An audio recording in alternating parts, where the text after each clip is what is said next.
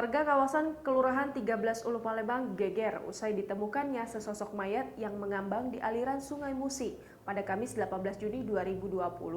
Mayat berjenis kelamin pria ini belum diketahui identitasnya hingga saat ini. Warga Kelurahan 13 Ulu Palembang dikagetkan dengan penemuan sesosok mayat yang mengambang di aliran Sungai Musi pada Kamis 18 Juni 2020. Jenazah tersebut merupakan pria yang hingga saat ini belum diketahui identitasnya. Oleh warga dan aparat kepolisian, mayat tersebut kemudian dibawa ke Rumah Sakit Bayangkara Palembang untuk diperiksa. Informasi yang dihimpun, jenazah tersebut ditemukan dalam kondisi tertelungkup. Saat ditemukan, ia menggunakan pakaian kaos lengan panjang, garis-garis hitam, dan celana panjang warna krem. Hingga berita ini diturunkan, belum terlihat adanya banyak keluarga dari pria tersebut.